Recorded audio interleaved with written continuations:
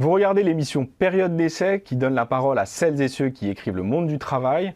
Aujourd'hui, j'ai le plaisir de recevoir Grégory Verdugo, qui est l'auteur de l'IA et l'emploi. C'est publié aux presses de Sciences Po. Grégory, bonjour. Bonjour. Est-ce que vous pouvez nous parler de votre parcours, Grégory ? Je suis professeur des universités, spécialiste d'économie. Je suis en poste actuellement à l'université de Cergy. Et ma spécialisation, c'est plutôt l'économie du travail et notamment l'effet de la technologie sur les inégalités sur le marché du travail. J'entre dans le vif du sujet. Grégory, vous soulignez que l'inquiétude face à l'intelligence artificielle, elle ne cesse de grandir. Alors, d'où vient cette peur selon vous ?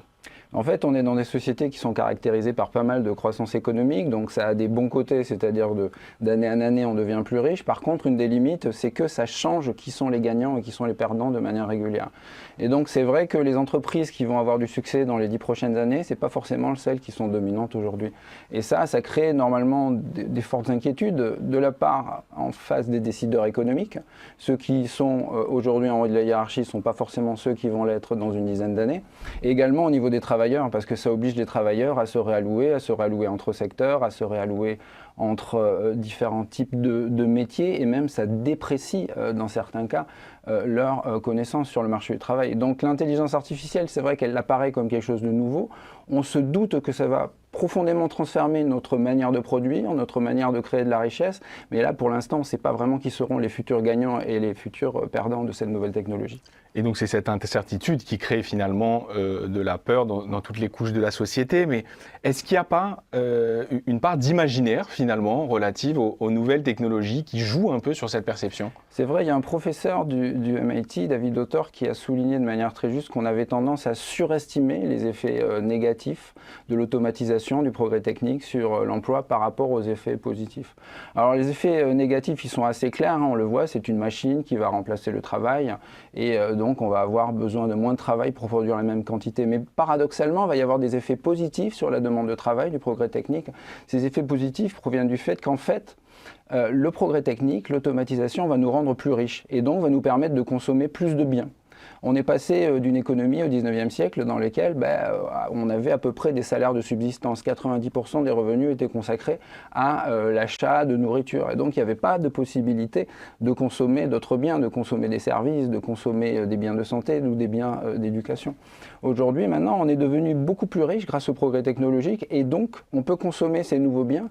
Et c'est ça qui a augmenté la demande de travail, par exemple, notamment dans le secteur des services. Donc on peut consommer plus de santé, on peut consommer plus d'éducation. Et c'est ça qui finalement contrebalance l'effet initial négatif du progrès technique sur la demande de travail. Alors, vous rapprochez l'intelligence artificielle de grandes révolutions passées, je pense à l'électricité ou à la machine à vapeur. En quoi est-ce que ces comparaisons, elles peuvent nous aider à mieux appréhender l'adoption de l'intelligence artificielle ? En fait, la grande question qui se pose aujourd'hui, c'est est-ce que l'intelligence artificielle va être ce qu'on appelle une de ces technologies à usage général ? Et une des caractéristiques de ces technologies, c'est que ça entraîne la croissance économique dans une dynamique positive pendant plusieurs décennies. Jusqu'ici, on en a comptabilisé à peu près que 3, la machine à vapeur au début du 19e siècle, l'électrification de la production à la fin du 19e et plus récemment, dans les 50 dernières années, le numérique. Alors pourquoi c'est des technologies particulières ? Parce qu'en fait, elles se diffusent dans tous les secteurs de l'économie. Elles ne restent pas seulement dans leur secteur initial. Et en se diffusant dans tous les secteurs, elles nourrissent le progrès technologique dans l'ensemble de la société. Et donc, pour cela, elles transforment également profondément le marché du travail en ayant cet impact. Et donc, la question qui se pose pour l'intelligence artificielle, c'est est-ce que c'est vraiment cette technologie qui va se diffuser dans tous les secteurs. Aujourd'hui, la plupart des entreprises ont tendance à dire qu'elles commencent à utiliser l'IA et ce, dans l'ensemble des secteurs. Mais ce qu'on observe de manière plus intéressante, c'est qu'ils embauchent énormément également de spécialistes de l'IA et bien au-delà de leur secteur initial qui était le secteur de l'informatique et du numérique. Alors, on entend beaucoup dire, vous l'avez mentionné, que l'IA va détruire des emplois. Vous montrez au contraire que ça va être une transformation plus qu'un processus de destruction, notamment sur la répartition des tâches. Quelles sont les prochaines étapes de cette transformation ? On avait un peu cette vision naïve, il y a une cinquantaine d'années ou une trentaine d'années en économie, de penser qu'il y avait une opposition entre le capital et le travail. C'est-à-dire que si on utilisait une machine, ça allait automatiquement remplacer un travailleur. Et aujourd'hui, en fait, on sait que la machine ne remplace pas forcément le travail, mais au contraire va remplacer certaines tâches dans le travail. Pour vous donner un exemple, par exemple, quand il y a eu l'impact du numérique dans les années 80, et notamment dans le secteur bancaire, on a eu la distribution d'argent dans les banques qui a été remplacée par des distributeurs automatiques. Donc on pensait que les emplois de guichetiers dans les banques allaient disparaître. Or, en pratique, ils n'ont pas disparu, mais ils se sont complètement transformés. C'est-à-dire qu'au lieu de se focaliser sur la distribution des espèces, les guichetiers sont devenus des spécialistes de la vente des produits financiers et du conseil aux clients. Alors, un problème, évidemment, c'est que comme il va y avoir le changement technologique qui change les tâches qui sont faites dans les emplois, les nouvelles tâches ne sont pas forcément les mêmes que les anciennes. Pour reprendre l'exemple des guichetiers, avant, il suffisait d'avoir un niveau d'éducation relativement basique, sans connaissance financière approfondie pour distribuer des billets. Mais par contre, les nouveaux guichetiers, ils vont devoir avoir des connaissances un peu plus spécialisées sur les produits financiers. Et donc, en fait, le travail ne va pas être remplacé, mais sa nature va changer sous l'effet du progrès technologique, et c'est vraisemblablement ce qui va se passer sur l'intelligence artificielle. Et est-ce que cette transformation, elle va être faite de façon égalitaire selon vous? Quels sont les points de vigilance qu'on doit avoir?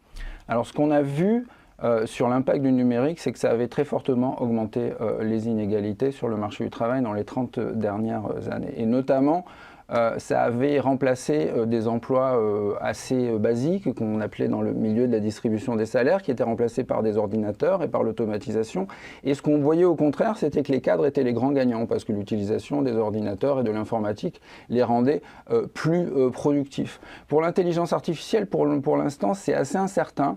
Il y a des premières études qui tendent à dire que ça pourrait diminuer certains types d'inégalités, notamment en facilitant l'acquisition de l'expérience. Il y a une étude notamment qui montre que dans des centres d'appel, l'utilisation de l'IA permet à des employés d'être aussi productifs après 2 semaines de travail qu'après 6 mois de travail sans IA. Et donc, ça leur permet d'égaliser rapidement leur niveau de salaire. D'autres économistes pensent que l'IA pourrait servir à remplacer les connaissances très qualifiées et très pointues qu'ont par exemple certains travailleurs dans le domaine de la médecine ou dans le domaine du droit. Donc par exemple, lorsque vous avez un désert médical et qu'il n'y a pas de docteur spécialisé, on pourrait penser qu'on aurait quelqu'un qui serait par exemple infirmier qui irait aider d'une IA donner des soins de base et qui pourrait donc complémenter ces soins de base avec l'utilisation de l'intelligence artificielle.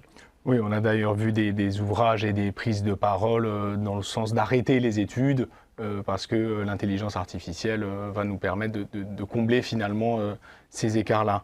J'aimerais qu'on revienne sur la question de l'adoption de la technologie par les entreprises et je me permets de lire un extrait de l'ouvrage qui m'a marqué. Si les progrès technologiques semblent rapides, l'adoption des innovations par les entreprises prend du temps, car elles doivent découvrir la meilleure manière de produire avec elles. Les conséquences à moyen terme de l'IA sur l'emploi restent très incertaines, d'autant plus que les révolutions technologiques ont toujours surpris leurs contemporains. Alors, vous insistez sur le décalage entre la vitesse des progrès technologiques et le temps d'adoption dans les entreprises. Concrètement, aujourd'hui, avec l'IA, on en est où? C'est un peu ce qu'on voit, l'espèce de paradoxe qu'on a dans ces grandes révolutions technologiques, c'est-à-dire qu'il y a peut-être encore plus pour l'IA, parce qu'on voit qu'il y a des progrès absolument impressionnants de ces machines, mais par contre, ce qu'on sait, c'est que pour les adopter dans le processus de production, pour les entreprises, ça va prendre beaucoup de temps. On l'a vu dans les années 80, pour l'informatique, il y avait ce qu'on appelait le paradoxe de Solow. On disait il y a des ordinateurs partout, c'est un économiste du MIT qui disait il y a des ordinateurs partout, sauf qu'on ne voit pas de croissance très forte de la productivité. Donc il disait ça dans les années 80, les entreprises avaient déjà commencé à beaucoup s'équiper. Et en fait, ce qui s'est passé, c'est qu'on a vu les gains de productivité apparaître une dizaine d'années plus tard. Il y a une sorte de décalage entre les investissements nécessaires des entreprises dans la réorganisation de la production et les fruits de ces investissements. Ce qui pousse certains économistes à penser que l'évolution de la productivité suite à une révolution technologique a une sorte de courbe en U. Tout d'abord, elle est décroissante parce que les entreprises investissent beaucoup. Elles investissent beaucoup dans des projets qui finalement n'auront pas forcément le rendement attendu avant de vraiment découvrir la bonne manière de les adopter. Et ça, c'est paradoxalement, ça va peut-être être vrai pour l'intelligence artificielle, qui est une technologie qui s'est diffusée de manière extrêmement rapide parce qu'elle utilise des réseaux qui existaient déjà, qu'elle utilisait Internet. Mais pour l'instant, c'est vrai que les entreprises ont une sorte de tâtonnement, elles tâtonnent sur la manière de savoir comment intégrer dans leur processus de production l'intelligence artificielle. Vous consacrez un de vos chapitres aux décisions que l'IA commence déjà à prendre. Je pense au recrutement, à l'évaluation, à la notation. Qu'est-ce qui change pour les salariés quand le manager devient finalement une machine absente ? Alors, ce qui peut changer, le bon côté, c'est que comme c'est une machine, elle peut avoir tendance à éviter de discriminer de manière consciente et inconsciente. Comme on sait que les décisions humaines, parfois, peuvent être biaisées, de manière volontaire, mais aussi involontaire. Et donc, l'utilisation d'une machine et de critères fiables, ça peut permettre finalement d'égaliser et de récompenser les plus méritants et de savoir finalement qui est le plus productif. Le problème, c'est que dans beaucoup de métiers, c'est pas forcément facile de savoir qui est le plus méritant, qui est le plus productif. Et donc, la machine peut elle-même être biaisée. Il y a également un risque de biais des algorithmes qui peut se produire. Et ce risque de biais, il est d'autant plus fort si la machine essaie également d'imiter une décision humaine qui peut elle-même être biaisée. Alors, c'est pour ça qu'il faut vraiment savoir quelle est la bonne circonstance dans laquelle il faut employer ces technologies. Est-ce qu'on peut vraiment bien mesurer la productivité du travailleur? Et si c'est vraiment le cas, dans ce cas, on peut éventuellement envisager son utilisation pour récompenser les meilleurs et les plus méritants. Alors justement, sur cette question de la performance, on voit apparaître des nouveaux outils de suivi ou de mesure de cette performance. Quelles peuvent être les conséquences, alors qu'elles soient positives ou négatives, de l'usage de tels outils ? Il y a une conséquence qui peut être négative, c'est que s'il y a une surveillance trop forte qui est permise grâce à ces outils, ça peut être très très mal vécu pour les salariés qui vivent la surveillance excessive de manière étouffante. Il y a quand même une certaine valorisation de l'autonomie chez les salariés, et il y a des études qui montrent très très clairement que de nombreux salariés étaient prêts à abandonner des postes dans lesquels ils estimaient justement être trop traqués par leurs employeurs. Donc il faut essayer vraiment d'avoir la juste mesure et ne pas utiliser ces technologies de manière à ce qu'elles soient trop étouffantes pour les salariés. Il y a donc un enjeu de régulation aussi, je suppose. Évidemment, il y a un enjeu de régulation et de respect de la vie privée. C'est vrai que c'est des technologies qui sont très puissantes, qui peuvent permettre de surveiller les salariés en leur donnant de l'information sur leur vie privée que les employeurs n'ont pas à connaître. Également surveiller où ils sont en dehors de leurs heures de travail. Donc ça, il faut évidemment que ce soit régulé de manière très, très, très efficace. Et toujours sur cette régulation, est-ce que vous pensez, vous à titre personnel, que l'IA Act, par exemple, est une régulation suffisante ou alors pas assez ambitieuse? Voilà, quelle est votre position? Alors, l'IA Act, effectivement, c'est une des premières régulations qui a été proposée par l'Union européenne, qui est a priori très très ambitieuse. Les craintes des économistes, pour l'instant, ont tendance à dire qu'elle serait peut-être excessive et elle aurait peut-être tendance à freiner le développement de l'intelligence artificielle dans notre continent. C'est vrai qu'a priori, il y en a pour l'instant pas mal de retard, avec très peu de champions de l'intelligence artificielle qui sont sur notre continent, très peu de dépôts de brevets. Enfin bon, sur de nombreuses métriques, les compteurs sont un peu vers le rouge. Donc c'est vrai que pour l'IA Act pourrait être utile, mais paradoxalement, comme il a été développé dans une période dans laquelle on ne connaissait pas vraiment le potentiel de cette technologie, c'est peut-être une régulation trop forte et je dirais peut-être prématurée vu les circonstances. Est-ce que vous êtes chercheur et dans période d'essai, on reçoit souvent des chercheurs et des chercheuses. Est-ce que là, il n'y a pas aussi un enjeu au niveau de la recherche à l'échelle nationale, surtout quand on voit les difficultés que connaît l'enseignement supérieur aujourd'hui ? Alors c'est vrai qu'on a vraiment une difficulté majeure déjà de retenir les talents. On a des père de l'intelligence artificielle, Yann LeCun, qui a effectué son doctorat en France, mais qui maintenant travaille aux États-Unis et qui a effectué toute sa carrière aux États-Unis. On a également des difficultés à transformer ces innovations en entreprise. Et plus généralement, on a des difficultés à financer ce genre de technologies disruptives parce qu'il y a très peu de capital risque disponible en Europe. Donc le capital risque, c'est une manière de financer des activités qui ne seront rentables éventuellement que sur 10 ans, 20 ans, quoi. Donc c'est ce qui se passe aux États-Unis pour financer tous ces nouveaux géants de l'intelligence artificielle. C'est ce qui se passe également en Asie. Par contre, en Europe, voilà, on suppose que l'absence de financement de capital risque important explique notre retard dans ce domaine. Et justement, vous parlez des États-Unis et de la Chine. Quel est le risque de vivre ce décrochage finalement technologique face à ces deux superpuissances dont on connaît les ambitions et finalement la stratégie qui est devenue très claire, qui est une stratégie de concurrence? Le risque, c'est que les salariés européens ne bénéficient moins ou avec retard des gains de productivité de ces nouvelles technologies. Et également que ces technologies soient utilisées de manière stratégique pour le bénéfice des entreprises américaines ou des entreprises chinoises. Donc pour l'instant, les entreprises ont tendance à garantir l'accès aux infrastructures, à essayer de ne pas discriminer entre les différents types de clients. Mais c'est vrai que la plupart des centres de calcul qui sont utilisés pour l'intelligence artificielle sont pour l'instant de manière disproportionnée et concentrés aux États-Unis. Donc ça pose un enjeu majeur de souveraineté dans le cas où on n'aurait plus accès à ces infrastructures. Parce que ça serait totalement possible finalement, je veux dire en termes de technologie et même de principes économiques, que les États-Unis par exemple décident de couper les accès à l'intelligence artificielle. On voit ce qui se passe maintenant avec Trump, donc a priori tout serait possible et c'est vrai qu'il vaut mieux se prémunir de ce risque. Qu'est-ce qu'il faudrait faire pour que la France et l'Europe, du coup, deviennent actrices et non pas spectatrices de cette révolution en ce qui concerne le travail? En ce qui concerne le travail, eh bien, c'est vrai que, là c'est peut-être mon côté universitaire où je suis un peu biaisé, c'est vrai qu'on a des universités ou des formations dans lesquelles on manque pas mal de moyens. On a des formations qui sont de qualité mais relativement pas assez d'étudiants en sciences, donc il faudrait peut-être revaloriser à la fois les études scientifiques et à la fois revaloriser la formation de base, puisque je pense que paradoxalement, il est possible qu'elle soit de plus en plus utile malgré l'essor de l'intelligence artificielle, qui sera vraisemblablement plus complémentaire que substituable avec les connaissances des étudiants. En tout cas, c'est ce qu'on voit aux États-Unis.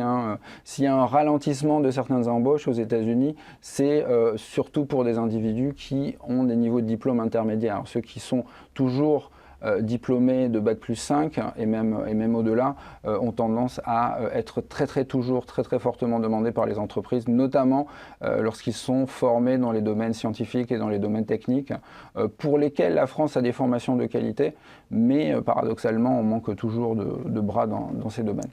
Donc il y a un enjeu d'éducation et aussi sur l'enseignement supérieur. Est-ce que les entreprises, elles n'ont pas des moyens d'action pour des populations voilà, qui sont déjà hors du circuit éducatif, entre guillemets? Alors les entreprises, effectivement, elles jouent un rôle tout à fait majeur. Depuis qu'il y a eu le développement de l'apprentissage, c'est vrai qu'on le voit chez nos étudiants, ça a profondément transformé leur expérience. Ils ont tendance à apprendre beaucoup plus, à s'insérer beaucoup plus facilement. Donc effectivement, les entreprises peuvent développer leur vivier en embauchant de manière plus large. Le problème, c'est que c'est vrai que les entreprises, elles font face à un marché du travail local. Et les problèmes en France économiques qu'on a sont assez concentrés dans certaines régions.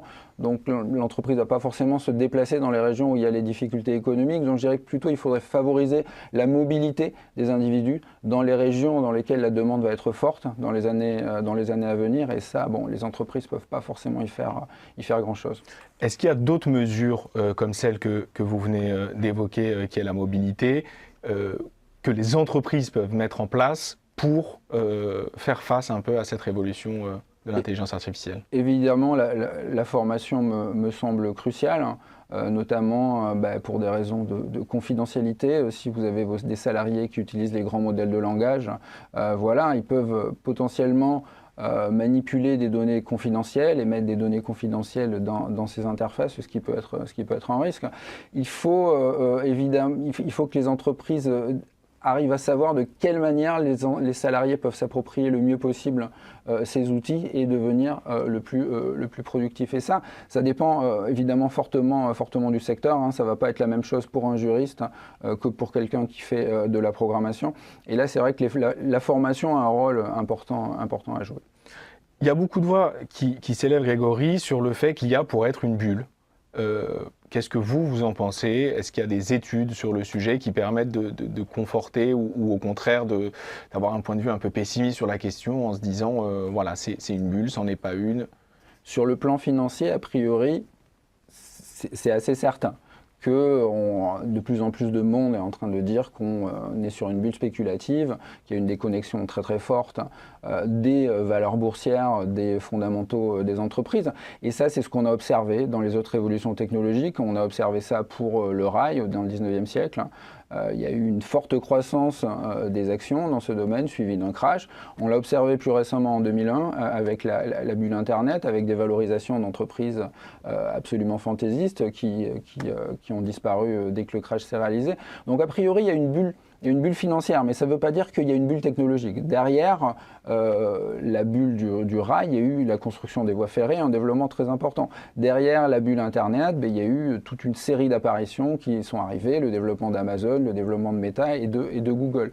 Donc je pense qu'à court terme, il faut distinguer peut-être la bulle financière qui vraisemblablement devrait éclater tôt ou tard, on ne sait jamais, hein, c'est ça le problème des bulles, c'est que c'est difficile de les reconnaître et c'est difficile de savoir quand est-ce que la bulle va se dégonfler. Donc pour le moment, on est sûrement dans la période de bulle. Alors les conséquences de ces bulles, elles sont très importantes au niveau réel parce que les entreprises obtiennent des financements de manière très facile grâce à cette bulle et donc investissent énormément dans le développement des nouvelles technologies. C'est pour ça qu'on a des progrès extrêmement rapides aujourd'hui dans ces technologies. Vous voyez des nouveaux produits faits par ChatGPT ou Google qui apparaissent régulièrement. Donc la bulle stimule l'innovation, ça va sûrement s'arrêter tôt ou tard et il y aura des survivants au crash de la bulle qui seront ceux qui auront vraiment des perspectives de croissance et des plans solides pour l'avenir. Mais c'est sûr que l'éclatement de la bulle fera du ménage parmi ces premières entreprises pionnières. Et ces survivants, est-ce que ce seront nécessairement ceux qui avaient le plus de moyens ou là aussi, en appuyant sur la recherche et l'innovation, il y a moyen de tirer son épingle du jeu? Je pense à la France, à l'Europe ou à d'autres pays. Ça ne sera pas forcément ceux qui avaient le plus de moyens, hein, comme pour la bulle Internet. Vous voyez, Yahoo aujourd'hui, n'avait plus que l'ombre de lui-même. Il y avait également des entreprises très importantes qu'on a oubliées aujourd'hui. Le navigateur Netscape, par exemple, était dominant à une époque. Donc ça ne sera pas forcément les entreprises dominantes d'aujourd'hui qui seront celles de demain, mais il y a quand même un risque que ce soit toujours que certains grands acteurs d'aujourd'hui, comme Microsoft, par exemple, ou Google, restent, ou même Amazon avec ses centres de calcul, restent dans le jeu. Donc les choses sont pas jouées, hein. Il y a la possibilité qu'il y ait une innovation disruptive qui arrive. On l'a vu en janvier dernier lorsque DeepSeek est apparu, qui est un modèle qui a été développé par une entreprise chinoise et qui aurait été développé pour à peu près 1/10 du coût de développement de ChatGPT. Donc les choses sont pas forcément jouées, mais c'est vrai qu'il y a quand même des chances très très fortes que les géants de demain soient ceux d'aujourd'hui. Alors, dans votre conclusion, qui a pour titre, et c'est très bien dit, croissance illimitée ou tempête en vue, vous opposez deux scénarios, on les a un petit peu évoqués, donc celui d'une croissance soutenue et celui d'un déséquilibre profond du marché du travail. Quand vous regardez la situation actuelle à l'échelle nationale, quel scénario vous semble le plus crédible ? Pour le moment, c'est un peu trop tôt de savoir si vraiment l'intelligence artificielle va être adoptée très rapidement dans de nombreux secteurs et si elle va vraiment transformer ou même détruire de nombreux emplois. Donc je dirais que dans les 5-10 ans, alors j'aurais peut-être tort, on est toujours dans la période de transition. Voilà. Lorsqu'il y aura vraiment cette deuxième phase de décollage dont on parlait tout à l'heure, les choses seront vraisemblablement différentes et c'est là qu'on saura finalement qui sont les gagnants, quels vont être les effets sur les inégalités, est-ce qu'il va être important ou est-ce qu'il va être limité. Mais il y a des grandes chances que les tendances actuelles continue à se prolonger, hein, c'est-à-dire que les villes qui vont tirer leur épingle du jeu, ça va être les villes où il y a beaucoup de diplômés du supérieur, il y a des grandes chances que le rendement des études continue à être assez important, donc les travailleurs les plus qualifiés, les plus éduqués soient les plus protégés. Donc ça serait les scénarios, je pense, les plus crédibles, puisque c'est à peu près ce qu'on a observé dans toutes les transitions technologiques, hein. Les travailleurs les plus qualifiés étaient ceux qui avaient le plus tendance à sortir leur épingle du jeu.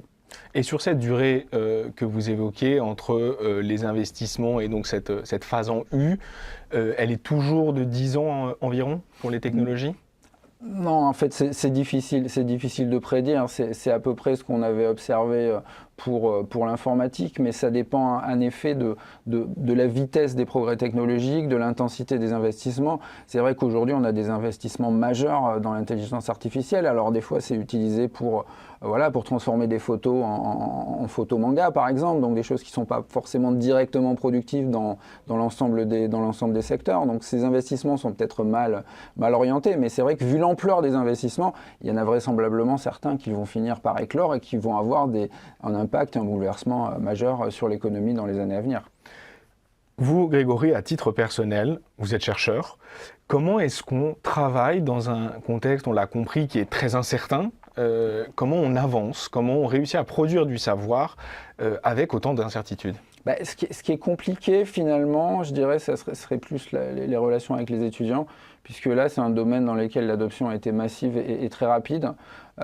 Si vous donnez un exercice de mathématiques, vous lui demandez de réaliser une dissertation à un grand modèle de langage comme ChatGPT, il va vous donner une réponse assez rapide et qui va être d'une qualité à peu près meilleure que ce qu'un étudiant peut faire. Et donc maintenant on a un peu cette limite, on ne sait pas vraiment comment évaluer les étudiants, puisque si on demande de faire des devoirs à la maison ou du travail personnel, on a des grandes chances qu'en fait ce soit un robot qui nous ait répondu. Donc ça, je pense, c'est un bouleversement important. En ce qui concerne le travail de chercheur, aussi on voit ce même phénomène apparaître, hein. Il y a des articles maintenant qu'on reçoit pour référer, c'est-à-dire pour donner un avis, est-ce que l'article doit être publié ou non, dans lesquels il y a des citations qui n'existent pas, des citations de papier qui n'existent pas et qui proviennent de ce qu'on appelle les hallucinations des grands modèles de langage. Donc c'est vrai que on est un peu comme dans les autres secteurs, on cherche la meilleure manière de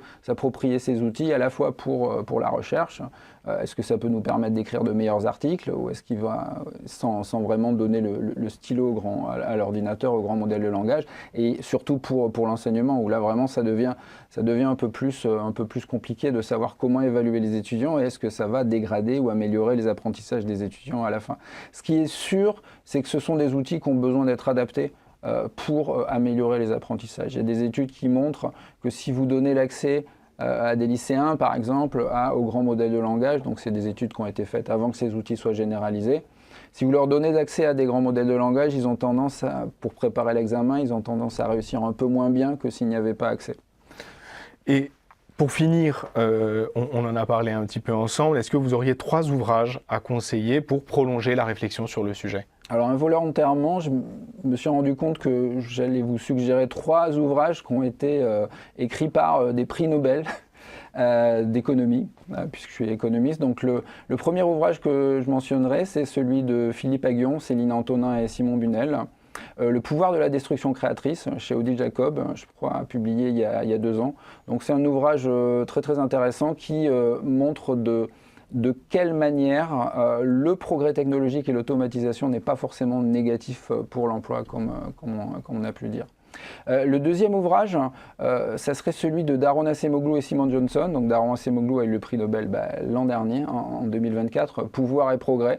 Donc c'est un ouvrage qui s'intéresse aux interactions entre le pouvoir politique et le pouvoir économique, et qui montre de quelle manière, certaines fois, le pouvoir politique peut essayer de bloquer le progrès économique dans son profit, et dans quel cas le pouvoir économique peut, lui, au contraire, s'accaparer la plupart et essayer d'influencer le pouvoir politique. Et donc il y a pas mal d'exemples frappants, et notamment autour de l'essor de ces énormes entreprises américaines qu'on a aujourd'hui qui dominent les nouvelles technologies comme comme Amazon, Meta et Google. Et le troisième article, il est signé par Claudia Goldin et Laurence Caz. Donc Claudia Goldin a eu le prix Nobel en 2023. Et celui-là, il n'est pas traduit en français, mais son titre, c'est La course entre la technologie et l'éducation. Et c'est un livre qui montre de quelle manière le progrès technologique a influencé les inégalités de salaire sur le marché du travail américain, mais également dans d'autres pays dans le siècle dernier. Donc un ouvrage fascinant sur les interactions entre la technologie et les inégalités sur le marché du travail. Grégory, merci beaucoup d'avoir répondu à mon invitation. Donc, vous êtes l'auteur de L'IA et l'emploi, c'est déjà disponible aux presses de Sciences Po. Quant à moi, je vous retrouve très bientôt pour un nouvel épisode de Période d'essai.